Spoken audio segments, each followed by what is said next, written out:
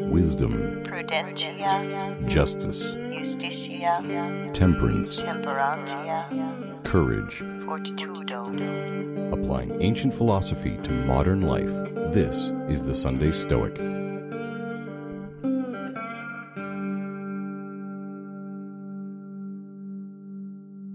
Hey everybody, it's Steve. It's almost New Year's here, so Happy New Year's everybody all around the world. Last week, you heard an interview of me on the Stoic Solutions podcast. So another great source of content for you to check out if you haven't done so already. And this week, you'll hear an interview with me again on the Time Flies podcast. So I recommend you check out that podcast. There's a link in the show notes. Lots of good content out there from folks just like you and I trying to pursue the good life through the practice of Stoicism. I'm recording this in my bedroom because in the living room my son's watching The Grinch That Stole Christmas turned up too loud and playing with all the loot he got from Santa Claus. So I hope you're enjoying yourselves, enjoying the company that you may have. And if you have no company, I hope you find solace in knowing that you're part of the Cosmopolis and that we're all in this together. And I wish you the happiest New Year 2019. And I'll see you in 2 weeks with a new episode. Next week, my plan is to re-release the interview I did with Dr. William Irvin, the author of the book that got me really into Stoicism, The Guide to the Good Life. And I will see you in a couple weeks. We'll start by looking at Zeno and some of the early Stoics. And I'll see you then.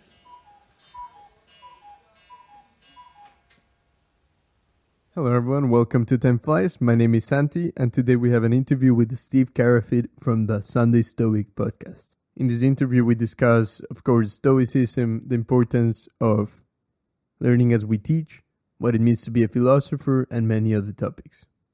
In case you follow this show, you will realize that the name changed, so if you want to know a bit more about that, go to episode 20.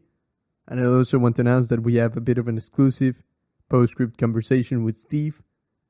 So if you would like to have access to that, I would really appreciate it if you can write a review in either Apple Podcasts or anywhere else where you can write reviews. Send me a screenshot to Instagram at timefliesphilosophy, and I'll be happy to send you the link. Everything's in the description, in the show notes. I really appreciate your support to help the podcast grow. And without further ado, really hope you enjoyed this interview.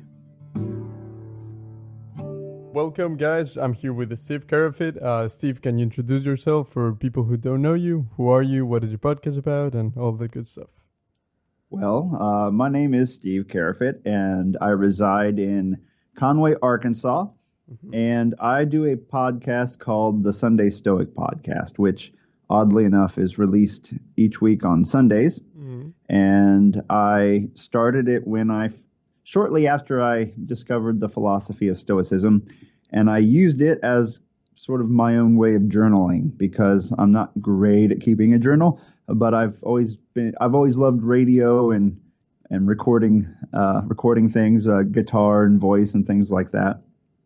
Even though I may not be great at it, but I've always enjoyed it. And I thought, well, this is a way to combine this interesting life philosophy with a hobby I'd like to create, podcasting, and blend them together as one thing.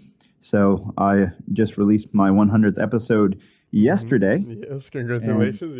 Yes, thank you. And today we're going to go home, and the day we're recording this, we're going to go home and celebrate our Saturnalia holiday, oddly enough, which is a Roman holiday that we do kind of a tongue-in-cheek celebration of. But I enjoy the philosophy of Stoicism and have benefited from it in my life, and it's been great to share it with the world. Perfect. Yeah, and just for people to know a bit more about how you got into this philosophy, like why Stoicism? Why did you choose it as a life philosophy? Well, I guess it started way back in the day in high school. I've had I took a couple of years of Latin. And I've had an affinity for Roman history and mythology. And so in the Latin class, though I may not remember much of the Latin itself, I do remember a lot of the mythology stories. And then, years later, I was in a bookstore This was in 2016, right after the birth of my son. It was actually in December of 2016, so pretty much 2 years ago. And I was in this bookstore here in town and thought I'd look over at the philosophy bookshelf to see what was there. And I had been dabbling with mindfulness meditation, was curious if they had any books relating to that. And I saw a book called The Meditations by Marcus Aurelius, and I thumbed through it and went, I know I've heard of that guy. I couldn't remember why exactly. It might have been the movie Gladiator. It might have been Latin class. I'm not sure. And I went home and Googled that book because I didn't buy it. I wanted to know more about it before I bought it. Right. And I read about Stoicism there, and then that led me to William Irvin's Guide to the Good Life, which happened to be at the library where I work. I'm a biology teacher at a university here, and my wife works in the library. So I said, hey, would you pick this book up for me today? And I read it over Christmas break, and then I downloaded and read the Meditations over Christmas break, and then I read Epictetus, and then I did a year-long program with Seneca, and meanwhile I started the podcast in that time as well. So I related to the philosophy. I got some of the references they made because of the Latin class I'd had where we learned about the mythology of I thought that was a neat connection just to something from my past, but also I connected with the philosophy perhaps a little more deeply than I did with Buddhist-based meditation techniques. Maybe it's just because our culture, the culture I've grown up in, ultimately stems from that Western kind of philosophy, and maybe I feel a little more connected to that. I'm not sure, but it did fit well with my my sciencey way of thinking, Right. and my scientific view of the world. They kind of the two views can mesh together well, like two gears fitting together rather than one gear conflicting with the other. Right. So you said you first discovered Marcus Aurelius' Meditations before you got into like the modern books such as Will Irvin's, right? So it started with the ancients. Do you think that is a better way to get into Stoicism? Because for me, it was the other way around. So what do you think about that? Well, I technically, the first book I read cover to cover was Irvin's book. I found Marcus Aurelius and thought this looks interesting, but was a little trepidatious about jumping into the ancients because of, especially because I found out we had a copy of Marcus at our house already. That my wife is a librarian, and she's collected books from book sales over the years. Okay. But the copy we had at home was like a late 1800s translation, and it was very hard to read. Right. Yeah, So I've seen this. Right. So I went into Irvin's book then before coming back to the Meditations, and then I found the Hayes translation, which was easy to read rendition. It's the same. Like I was fascinated by the way I found Meditations as well. Like I started with other books a bit more modern, and then that led me to go to the ancient ones. So right now I'm trying to go through all the ancient ones, but I first started with a few of modern authors such as Bill Irvin and everyone. Massimo Pellucci, which I know he has been on your show, is really like a really good way to understand Stoicism if you really don't know what it is. But it was fascinating, like how meditations, like I started talking to my family about it, and my dad had as well like one of the Marcus Aurelius Meditations, and I was like, this is exactly what I'm talking about. Have you read it? And he's like, I don't think so, but I read Plato, and he's read all the others, and I saw it, and he's a bit of this ancient English, hard to understand. Like it's not like the modern one you're talking about, which is a lot easier to understand. Right. Yeah. Yeah, it has to be accessible if we're going to understand it. That's for sure. Right. I know another book I read recently that, within the last year that was nice is by Keith Seddon. It's a Stoic Serenity, a practical course for finding inner peace. It's kind of like a Stoic course in a book. Nice. Wow. It was pretty insightful. But one thing that really benefited me, I think, out of all this was I created a habit, at least for a year. I found on one of the Stoic groups online, they had read letters from a Stoic in a year. Okay. Kind of like how people do read the Bible in a year, right? And what it did is it created a plan. Day one, read, this from this page to this page, basically, and it came with a PDF of the book, and it went through an entire year. I gave you the weekends off, but 5 days a week for a year, and at the end, you've read the entire book. And what I did was I would type up my own summary every day when I finished reading. And at the end of the year, I had about 60 pages of notes, which I've used as when I'm like, oh crap, I need some inspiration for the podcast this week. I can go to my 60 pages of notes and go, that's a good one. And I would flag readings like, this was a good one. I really like this. So I could search for those key terms and give myself inspiration as I go. Nice. And are these for Seneca's letters or more than that? They were just the letters to Lucilius. Right. I have since started reading through. There's a lot of Seneca, as you know. But I've started reading through his other works, like his consolation letters and on the good, or what is it, on the happy life and things like that. Right. On the shortness of life as well. Yeah, on the shortness of life being a very, very important one. Right. And those are all excellent as well. So it's luckily most of the original Stoics, those that we still have works from, are available from the public domain online. Yeah. Seneca being the most readable of the public domain versions, whereas Marcus Aurelius and Epictetus, depending on what translation you find, some of them are a little hard to read. Some of them a few of them aren't too bad, but some of them, there are a lot of thou shalt and thee shalt, kind of like the King James Bible kind of writing. And so you have to, it depends on what you're comfortable with reading, but it is available to the masses. So that's good from a cosmopolis point of view. Right. And then like you as a podcaster, someone who constantly creates things about Stoicism, you recently said in one of your episodes that it feels like you already covered a lot of the basics, right? Which I think you've had. Like I listened to a lot of your episodes and you go really deep on things such as dichotomy of control, negative visualization, memento mori, all these really crucial aspects of Stoicism. What are the things that you try to teach as Steve, like with the Stoicism? How do you make it a bit more your own so people understand it from your perspective? Well, I guess part of it is I find as a teacher, you don't really understand something until you can put it into your own words and then explain it to somebody else. Nice. If you don't know how to do that, or all you can do is quote from the original source, then you probably have not internalized that information.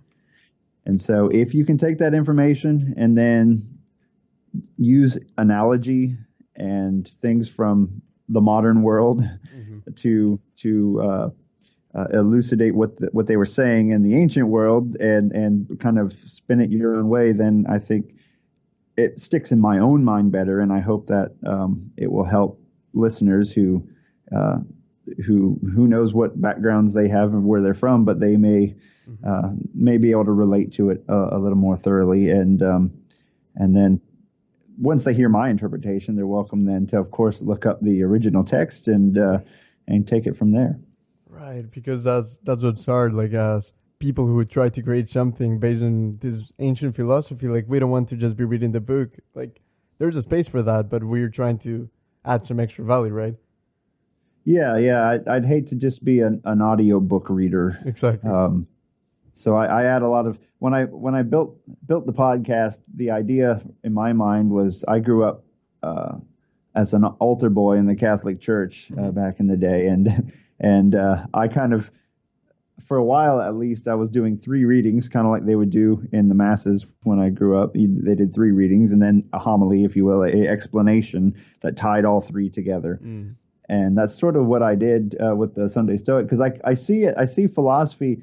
I don't see it as a religion, but then again, religion is kind of a philosophy as well, and there's a reason why it works so well, is because every year you hear the same stories, so you're reminded of your core values, and which, like I've said on the podcast, I feel like I've covered the basics and we should see if we can move on a bit. But I do think it's important to go over the basics again and again as well, because the more often you hear them, or the more you hear them, the more they become ingrained as part of your inner self, I think. Right, and it's that structure. Like, I think the good thing that you can take out of religion is the way it teaches is that it has a very specific structure that's easy to follow. You repeat it every year. Like Christmas, we think about the same things when it comes to religion, or every Sunday, like you do. Like, it's an interesting name, Sunday Stoic. It's kind of like a way to express that structure, right? Right. It's my own take on it. I figured, well, I think Stoicism, like my podcast, one could be going to church and getting something out of Stoicism, but one could also be using Stoicism. I always thought of Sunday, even if you're not going to church, Sunday is a good day for self-reflection and growth. They should, and so I thought, well, because what I was doing before the podcast was I was watching a lot of TED Talks on Sunday and things like that, and saying, hey, if I did a podcast, I could release it on Sunday, and sort of, I like to self-reflect, if you will, on Sunday and think about things and take the time to think about deeper issues. And now's my chance to release some of those thoughts that I have to the world at large and see if anyone cares. Right. Yeah, no, that's great. And so like making every Sunday, you've always been consistent, right? Like, I don't think you've missed any Sundays so far. I have not, although I on the last episode I said, okay, we hit 100. I'm taking 2 weeks or so off because it's the holidays, and right, and everyone needs a break every now and again. Like, it's I should have posted on message boards and got a sub podcast host, but my concern would be if someone substituted for me, they'd be a lot better than me, and I would never get my show back. They would take over. I can take over if you want, but no. All right, that's good. No, I was gonna ask you, like, you mentioned in your podcast a few times how. So I was listening to one where you talk about the Epicureans and how you compare them to the Stoics, of course, right? And then you said, like, I'm not a philosopher, but I'm gonna try to explain what the Epicureans say. I know that what you mean is that you don't study modern philosophy, right? Like, you didn't get the certificate. But what do you think is the difference between being a philosopher back then, like living a good life, and the modern philosopher, which is teaching these things, being an academic? Well, that's a good question. I guess if I had a PhD instead of a master's, I could say I'm a philosopher, because that's a doctorate in philosophy. But but I think I've been meaning to interview someone that I work with across the street here, where I work is the philosophy department, and there's a gentleman there who studies Stoicism and teaches it in a historical context, not in a practicing context. Right. But back in the day, it's interesting. From what my understanding is, their religion was about worshiping the gods, but there wasn't a lot of how to live day to day built into the religion, like what's good and what's bad and things like that. And that came more from philosophy. At least, this is the crude Sunday Stoic interpretation here. Right. So they had these different schools of thought of ways to live your life, and probably a lot of the people going to those schools were, I would assume a lot of them were fairly well off because they could take the time to pay extra money and go attend these schools. But obviously Epictetus would be an exception there. He was a slave, but his master sent him, I guess, to the school. But I actually have wondered about in the historical context, what was a philosopher back then? And because you have all these people studying it, but then they go off in the world to live real lives, right? They're not just wandering the streets and talking about what justice is. They're going to work. So So I like to think of a philosopher as someone who lives the examined life, as Socrates might say, and tries to be the best person they can be, and that they have some kind of a compass that's based in something like Stoicism or Epicureanism or something. They have a compass to help guide them through life, and they practice that philosophy rather than just talk about it. Right. But nowadays, philosophers, usually you think of them as being academics. Right. They're found on a university and they've studied some form of philosophy deeply for 8 to 10 years before they were turned loose in the world to teach philosophy, and they write about it academically, and they argue, whether or not a tree has value because we place value upon it, or if its value is inherent or something, and it may not have applications to everyday life. That's philosophy. I didn't really, when I first read that Stoicism was a philosophy, I was actually kind of iffy about reading much further into it because I didn't have a lot of love for philosophy from my college philosophy courses because they were kind of sterile, I guess you could say. Yeah. Anyway, that's my rambling answer to that question. Right. No, but that's interesting because I think the term is what really changes things, because like philosopher back then was to know how to live a good life and to, to walk the talk, to act as you say, as you preach, right? But now like, what do you think about this? Because I think one of the terms that kind of exemplifies a bit of that is self-help people who preach how to live a good life. I think it's a category of books and a category of I don't know, like a whole genre of thing that is a lot filled of not real valuable stuff, but there's also like people who create really valuable stuff. Like I think it's such a broad category of knowledge that I don't really know if it's similar to what a philosopher was back then. Right. There's a lot of life hack stuff out there, as they call it. Like, here's how you can feel better in a couple days, improve your mental health outlook for a couple days. But I think grounding it in a philosophy that you practice every day, greatly, it's not just about life hack, like stuff to make you content with what you own and not wishing for more. That's part of it, but attaching that wagon to the horse of philosophy allows you to take that with you every day of your life rather than just for the few weeks after you read the self-help book. Exactly. Yeah, exactly. And there's a lot of books. Like the thing is that so for me, like I found Stoicism through a book called The Antidote, which is this author talking about negative visualization in different cultures. Like I think it goes beyond the understanding of what self-help book is. Like I always try to filter the ones that really try to convey a philosophy.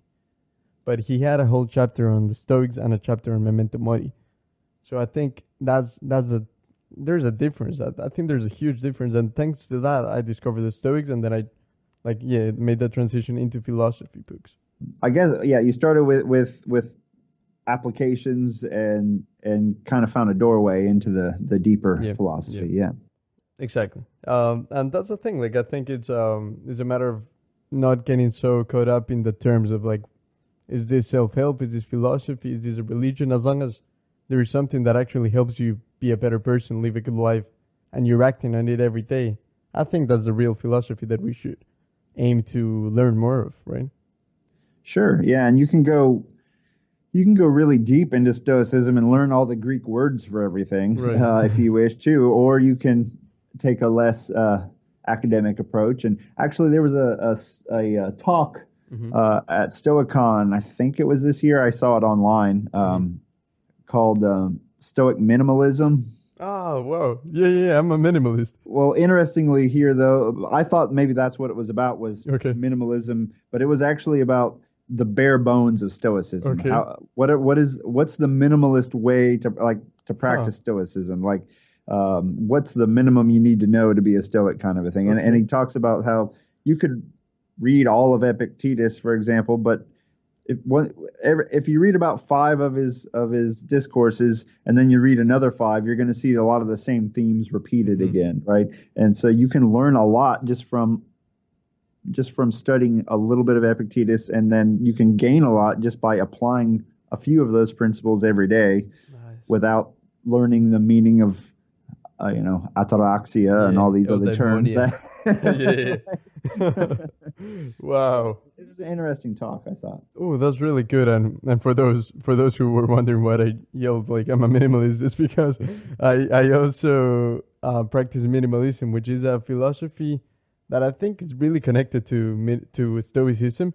Like it's just like about reducing the excess in life, and I don't know if you've come across that. Like, do you know a bit about it? I do. I would be a terrible practitioner at this time, but I do. I agree with the idea of.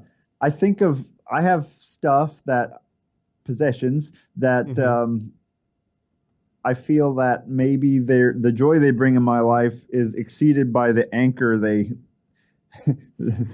I feel I'm pulling them, like dragging them along. Okay. I have to maintain them. I have to make sure they're not stolen. I have to change the oil in them or whatever, right? It's enslaving yourself to stuff. Yes. If you're not careful. Yes.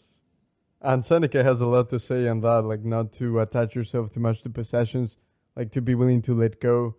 And I mean, that's why I really think Stoicism and minimalism are so tied in together, because like the Stoics say, you're not your stuff. Like you even like a Seneca practicing voluntary discomfort, letting go of his possessions temporarily, just to understand that these things aren't necessary for him to live a good life. Because I think we live in a time where we're so attached to stuff and attached to money and status and all these things. So what are your thoughts on that? Like the modern attachment to things? Well, just turn on the television now as Christmas approaches, and it's I can't even stand the sea of commercialist crap. I mean, I'm still a pretty good old fashioned American capitalist. I go buy there are things I pursue that maybe I shouldn't, but right. but it's overwhelming and ridiculous sometimes, and the way it's pushed is like, oh, look how happy you'll be if you own this stuff.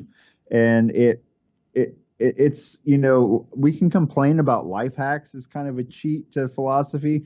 Well, trying to get the benefits without long practice, I guess you could say. Right. Well, the even worse form of that is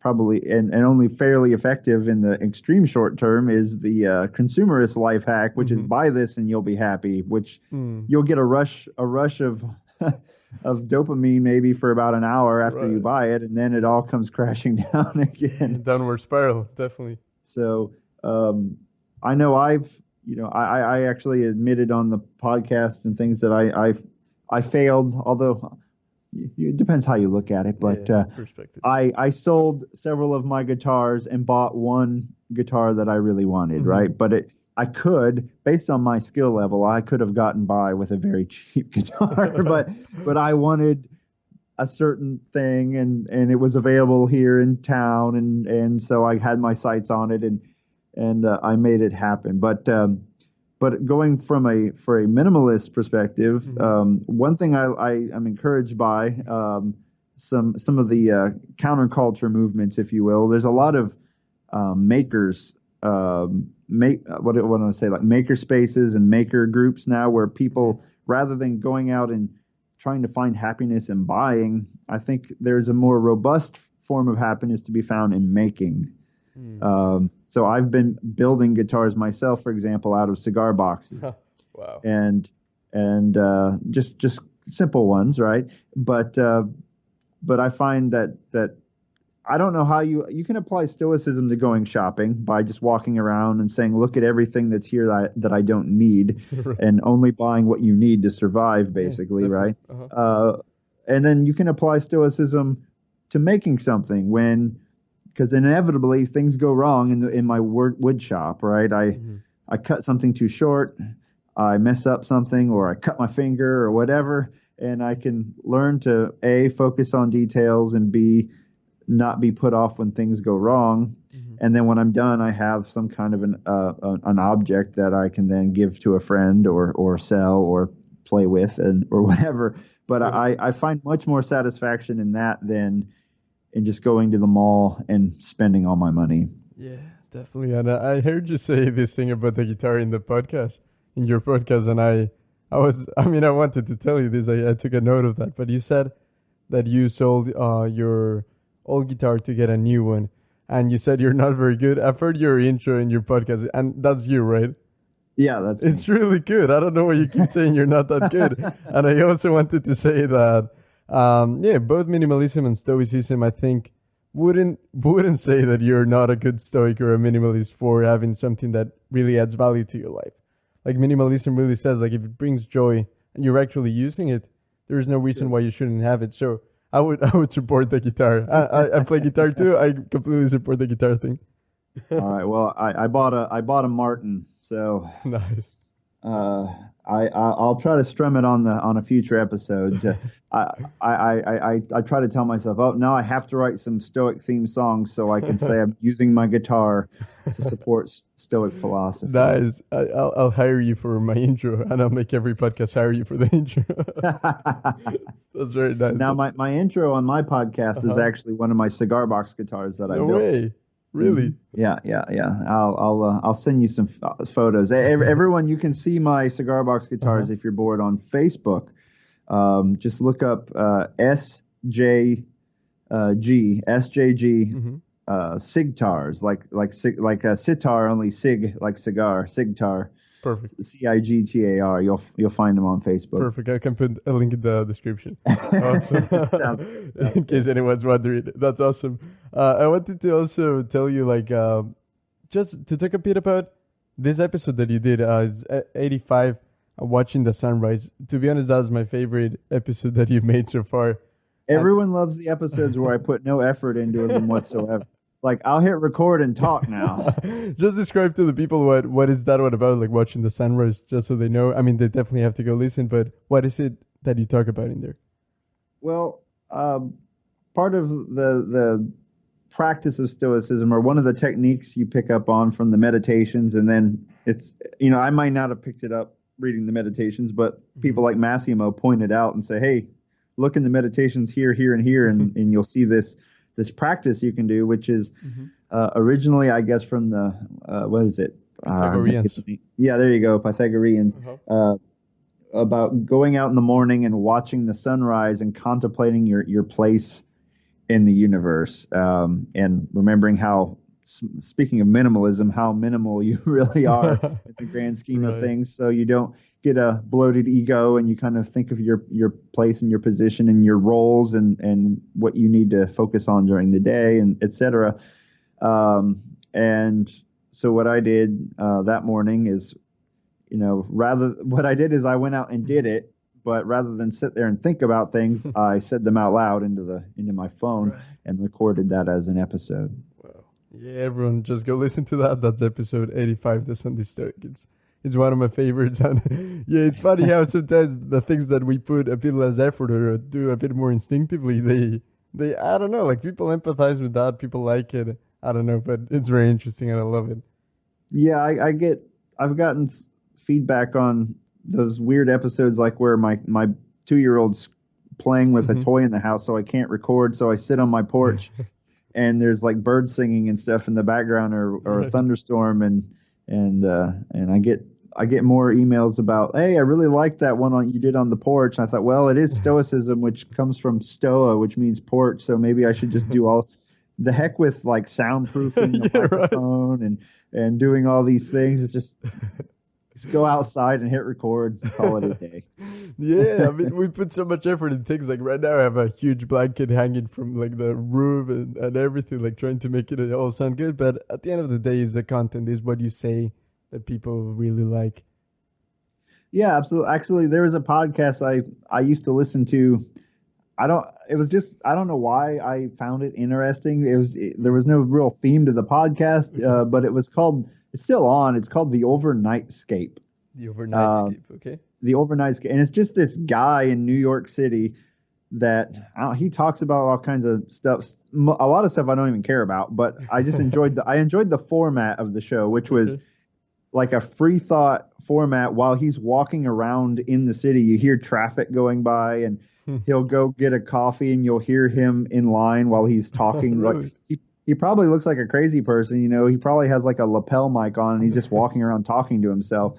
But I enjoyed that format. Maybe this whole silent studio thing is overrated. Yeah, maybe it is. Like it's about like finding new ways to create. Like I was listening to this podcast as well where they propose this idea of making a blog in a podcast. So yeah, like walking around, I would say is exactly what you're saying. I'm gonna definitely listen to that. But it's all about like sharing an experience, the human experience of learning, and philosophy is such a activity based thing, like making it practical, right? So I think that's why it's important to just find a way.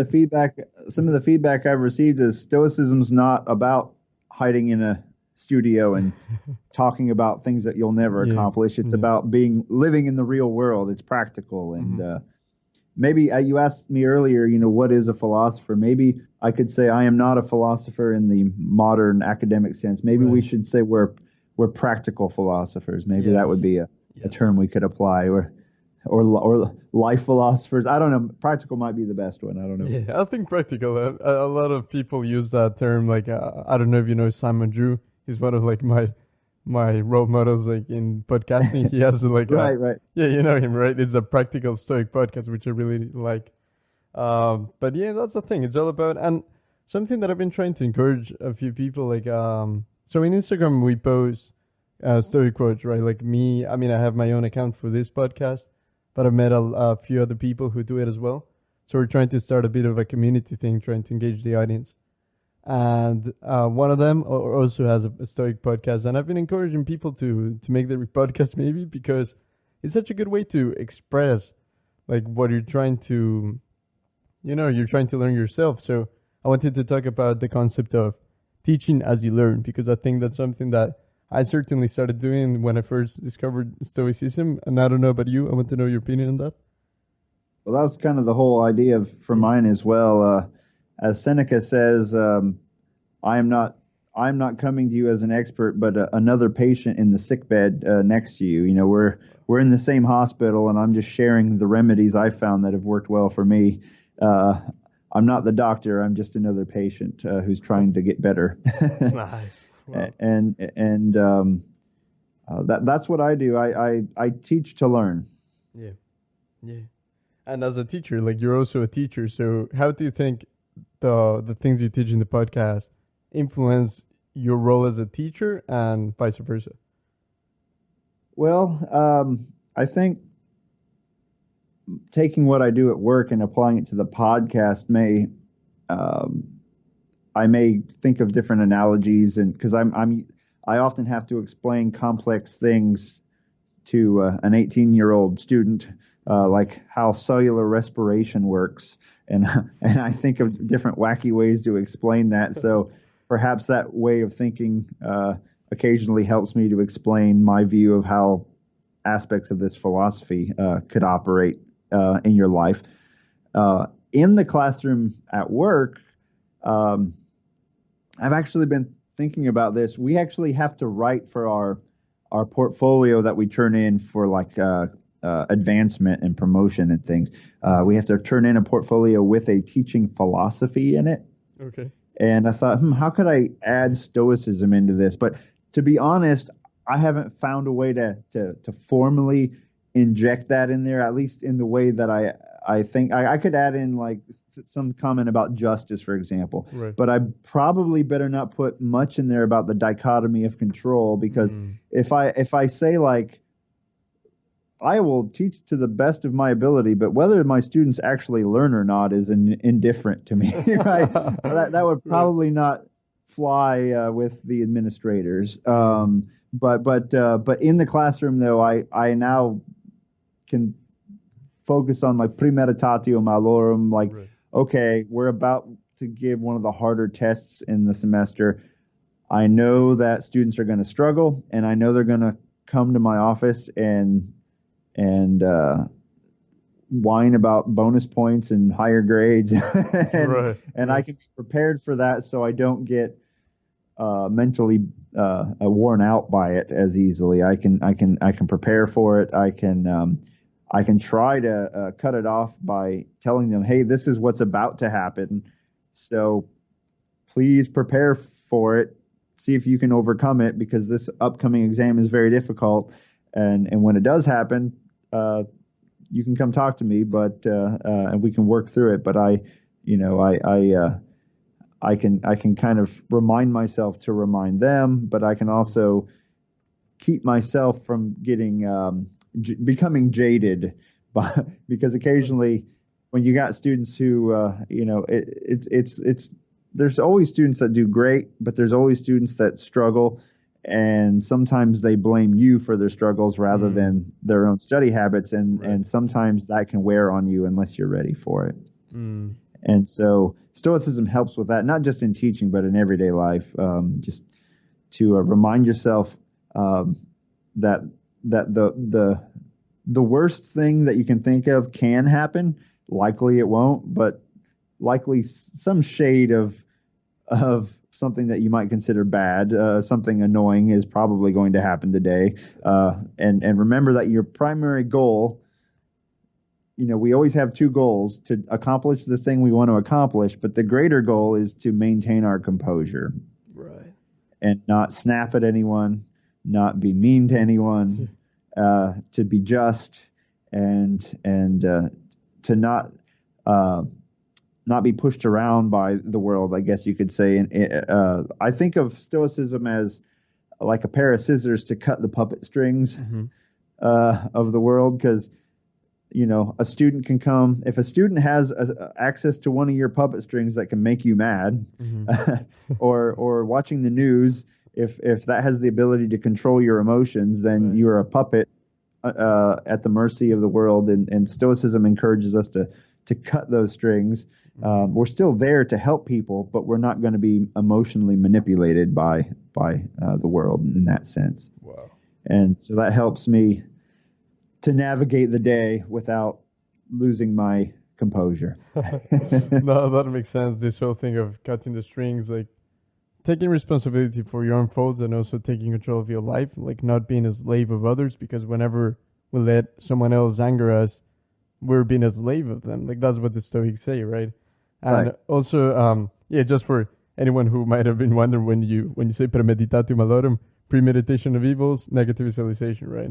Like this concept is such a counterintuitive approach, especially in today's society. Like, it's all about goal setting, it's all about positive thinking. And I used to be like that. I was really sold on the idea that, no, stay positive all the time, be an optimist. But like that's the thing. Like, can you explain a bit of negative visualization in your perspective? Sure. I don't know how much this idea spills the banks of the USA, but there's this thing called Murphy's Law. Yes. And I've seen it in poster form in a variety of ways, but it's anything that can go wrong will go wrong. And ultimately that's true given enough time. Right. But that's not to say you dwell on it. But the idea of negative visualization is you can stop like before you. I don't know why road trips always come up when this is discussed, but it's an easy one because it's something we do every day. At least where I live, if you don't have a car, you're not getting anywhere. Okay. There is no public transportation. So I have to drive to work. And if I think, okay, I'm about to get in the car, and the problem is we usually expect things to go well. Right. And so when they don't, you can almost be offended by it. Like, what the heck, car? How dare you not start today? But if you say, okay, I'm about to go and I need to remember that something could go wrong. It could be as minor as the car not starting or a traffic jam, or it could be I get in an accident of some kind. But if I remember these things could happen, not that they will, but they could happen, then if something does happen, I will not be as resentful and hurt or mad about it. And I will more quickly recover and solve the problem. And if nothing happens, I'll be more grateful for what would have just been an everyday drive to work. But now I get to work and go, hey, none of that happened. Things are going my way. That was great. I can be grateful for what would have been something I had quickly forgotten. Right, right. And how would you relate that to expectations? I would say it's pretty similar, but I mean, negative visualization was the first concept that I learned from the Stoics, and it really blew my mind. Like I didn't hear anyone like suggesting, like, think of bad things happening so that you're more grateful if they don't and you're prepared if they do, right? But right. Managing expectations, how do you think it relates? Well, you're right about the idea. It felt wrong or counterintuitive. Like I shouldn't dwell on bad things that could happen, but it's not about dwelling. It's just about a reality check. Yeah. And yeah, if we don't do a reality check, I think the default for most of us is, when I'm done with this podcast, I'm going to stand up and I expect to walk out the door and go downstairs and, and go pick up my son from daycare. And and even if I don't think about my expectations, I expect all that to go smoothly. Right. But in all reality, my door might be locked, or the fire alarm could go off any moment here, or you can name a number of things that could happen that will alter my plan slightly. And the ancients would have thought that was your fate. There's a determined path that you're going down, and you don't know what that is, but there's this plan that's unfolding. And you should just roll with it and be content. This is like the God's plan for you. But you don't have to buy that to take the value of just being ready for whatever happens and not being surprised when it does. Right. And the expectations, I guess, like Epictetus says, in terms of expectations, as long as you're, what he suggests is, how does he word it exactly? Like, don't expect things to unfold as you wish, but wish things to unfold as they do. Right. And then you'll be happy. And that does seem a little extreme sometimes, because it's like, what if your son has cancer, right? Yeah. You're not going to say, I'm glad that happened, right? But if you think about it, some of those things you really have no power over. So maybe not accepting them in a I'm glad this happened way, but just accepting them as fact, and because wishing them otherwise isn't going to fix any situations. It's not going to make your life better. Just looking at reality in the face and then acting on it is the only way to move forward. Right. Wow. That was a lot of good stuff. But one of the things that I picked up from that, which I really like that you said, is, like anticipating bad things so you're not surprised, right? But then right. I want to know what you think of like this fate or determinism that the Stoics have, because there's this great analogy, and I want to see what's your take on this. But they say life is like being, so they describe a dog in a leash being carried by this carriage or a car or whatever, right? And it's being carried by a leash, so it's attached to the car. Right. And and as this car moves or whatever it is, as it moves, you are the dog who either decides to resist and being dragged, or you walk with the car and you go ahead and you smell the flowers. Like that's how they describe determinism. Like you're determined to go a certain way because of all the things you don't control, but you can decide either to enjoy that and do what you can with what you have, or being dragged by life and hating everything, right? Yeah. That is it's a great analogy, and I think like I said, the ancients, presumably thought that everything was laid out and somewhat predetermined, is from my understanding. Mm-hmm. And I may not, you don't have to agree with that today to still benefit from it, because ultimately you are still being drugged behind a cart. There are some predetermined things about life. Right. You're going to have to struggle each day. You're going to eventually die. Your cart is going to a destination, and you can say, I'm not going, and lay down, but you're just going to get drugged there. Exactly. You might as well enjoy the ride as much as you can, Right. before you get to the end, because you don't know where the end is. You don't know when the cart stops and they say the ride's over, you're done. Mhm. So you might as well enjoy it as much as possible. And I said earlier about the cutting the puppet strings. You know, Yep. we can't cut the strings that the world's going to still push you around. Like your house might burn down, or you might lose your job, or you might do this, you might do that. But we're cutting the strings of our reactions, the control of how we respond to the world. And we're behind that cart no matter what we do. We're still attached to that cart, but we don't have to we don't have to react negatively to everything that happens to us on that journey. We can focus on being the best.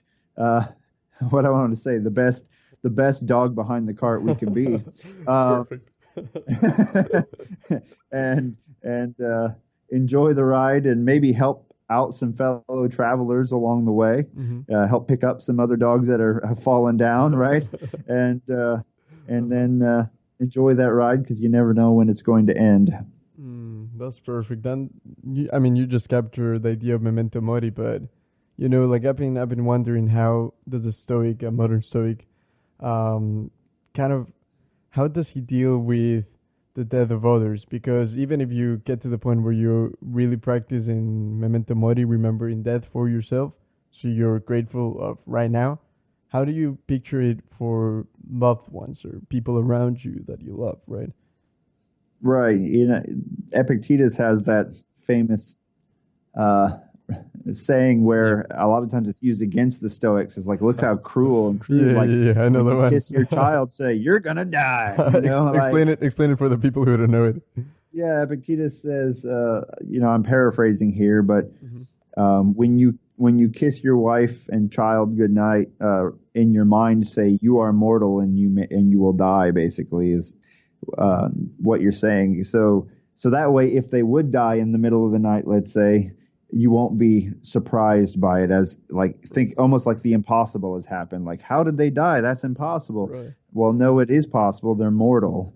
I don't think I will ever get to the hardcore stoicism that Epictetus seems to be preaching, where it's like, oh, yep, my son died last night, right? On that sense, I'm more in line with Seneca, who's like, it's normal to grieve for a while, just don't get carried away and make grieving a way of life. Right. But I've had a loved one pass away, an uncle, since I started practicing stoicism. Mm-hmm.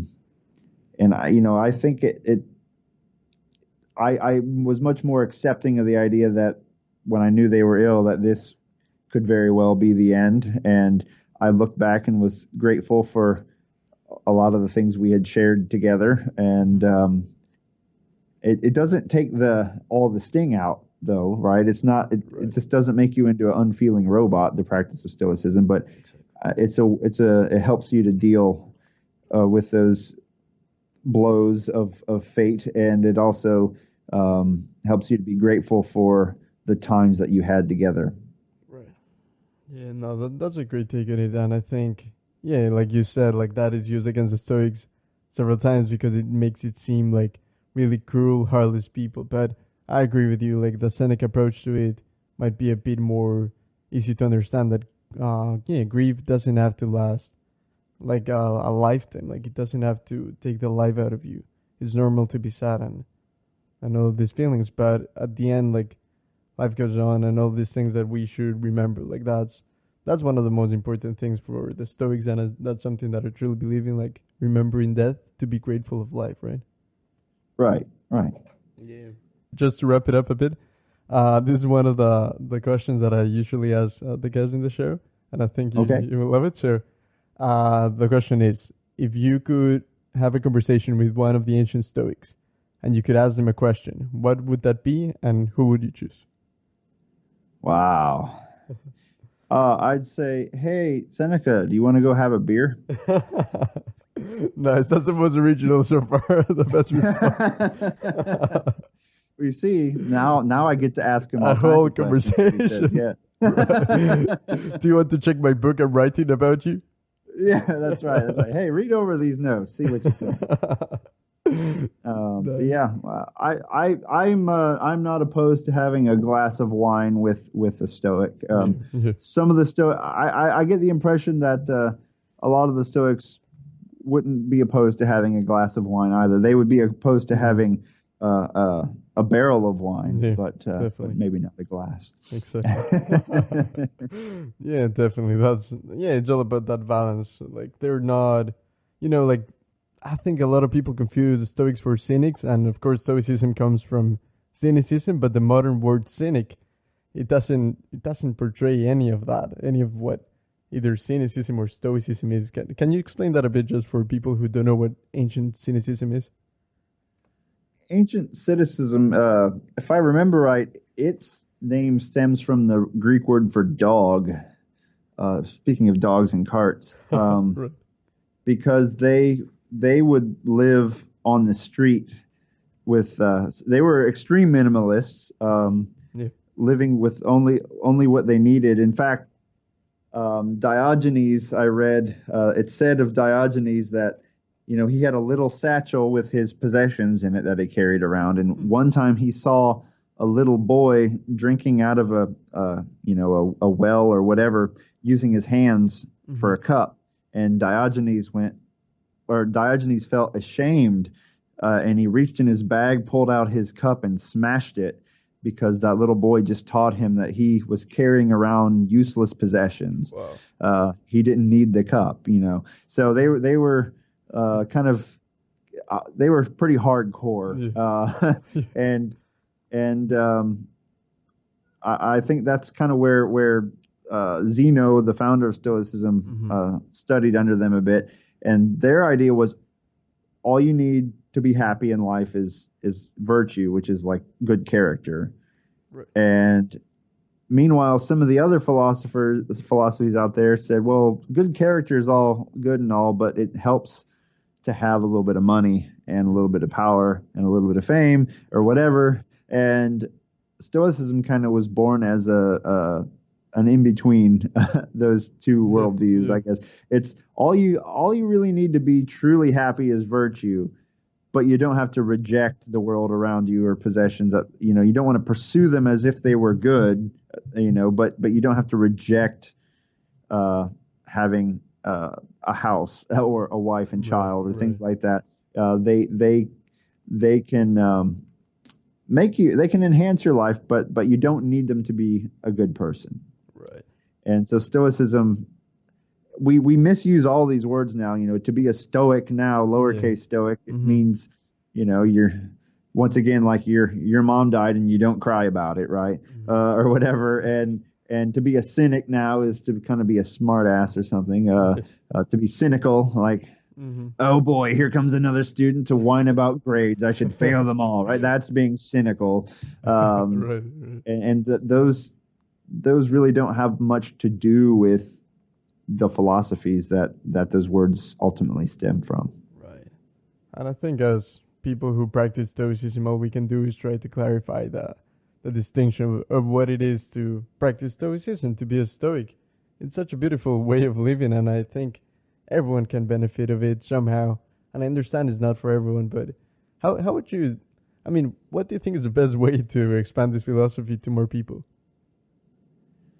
Well, already, like I gave some relatives of mine. We had an early Christmas party last night with some of my cousins, Nice. and I gave one a copy of some Seneca, and I gave another that is it Shannon LaBelle? I always forget her first name. Shannon LaBelle.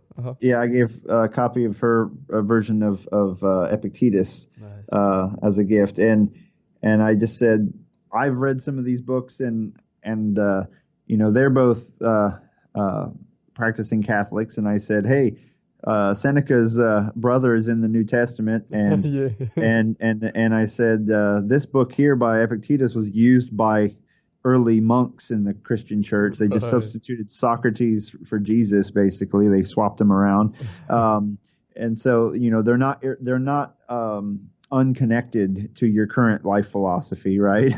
That they can plug in. And I just said I found them to be useful, and I said basically if you know the Serenity Prayer, Yeah. that's kind of like Stoicism boiled down to its bare minimal points. Grant me the what is it, the strength, strength to change what I can, and I always get it the wrong. wisdom to change what I can't, and the wisdom to know the difference. Something like that. Something like that. Yeah. Yeah, I don't have it memorized. That's how. That's how bad of a Stoics we are. I think we're so. You know what? I'm gonna just find it because otherwise I won't sleep. I'll cut this part. I'll cut this part of the interview. Don't worry, but I'm gonna find it because we need to say it right. All right. So we had to do a bit of a pause because we want to say it right. Steve, take it away. All right. It's God, grant me the serenity to accept the things I cannot change, the courage to change the things I can, and the wisdom to know the difference. Perfect. I think we got it right that time. Yes. No. Oddly Yeah. enough, you can buy that as a sign on Amazon.com for $15. That may not be the minimalist thing to do. Yeah, that's not the minimalist thing to do. Although I do have a Marcus Aurelius quote pasted in my wall. It's one of the few things I have here, and is the quote of "Waste no more time arguing about what a good man should be. Be one." Yes, that is an excellent quote. I did, I think, a whole episode on that once. Those little short quotes are excellent ways to pack a lot of wisdom into a memorable package. Right. No, it's beautiful. Okay, Steve, awesome. Just tell us where we can find your podcast or your socials if you have accounts on Instagram and that kind of stuff, right? All right. You can find me on iTunes and Google Play Podcasts and on pretty much any podcast provider you can think of. And also, my website is www.sundaystoicpodcast.com. And I'm on Twitter. I have a Facebook page as well. And I do have an Instagram, although I need to reinstall the app on my phone. I haven't added anything for a bit. But Yep. I get bogged down. I think I'm becoming a social media minimalist. That's perfect. It's like I'm just going to have maybe 1 or 2 accounts and call it a day. So I focus on Twitter and Facebook right now. Okay. Sorry. So you have podcasts in every platform, right? Yeah. Okay, Pretty awesome. much. Yeah. Awesome. I recently added it to. I'm trying to remember now. One of the streaming services iHeart. that. You just said it in your 100 It's on episode. iHeartRadio. It's on all that stuff. It's in all the stuff. We know the stuff. If you're listening to this, just keep listening in whatever platform you are. Yeah, exactly. If you found this podcast, you can probably find that one as well. Exactly. Awesome. Okay, Steve, thank you so much for your time. I really appreciate this, and I would love to have you back in the show anytime. All right, sounds good. Carpe diem. So that was an interview with Steve Carafid from the Sunday Stoic podcast. I really hope you enjoyed this interview. And if you want to listen to the postscript episode, a bit of a casual conversation we had after the interview ended, it'd be awesome if you can help the podcast with a review on Apple Podcasts or anywhere else. Send me a screenshot to Instagram at TimeFliesPhilosophy, and I'll be happy to send you that exclusive conversation. But either way, I really appreciate you listening to this podcast, and I really hope you're enjoying it. Let me know what you think, so message me at Instagram at any time. And that's it for this episode. I really hope you're enjoying the podcast, and memento mori. Bye. Thank you for listening to The Sunday Stoic. If you enjoyed the show, please subscribe, rate, and review The Sunday Stoic on iTunes. Become a member of the Sunday Stoic team, earn rewards, and be an integral part of the show by becoming a patron at www.patreon.com/SundayStoic. Contact the show by emailing sundaystoic@gmail.com or by leaving a voicemail at 501-503-3132. To find out more, visit www.sundaystoicpodcast.com. And as Steve always says, Carpe Diem.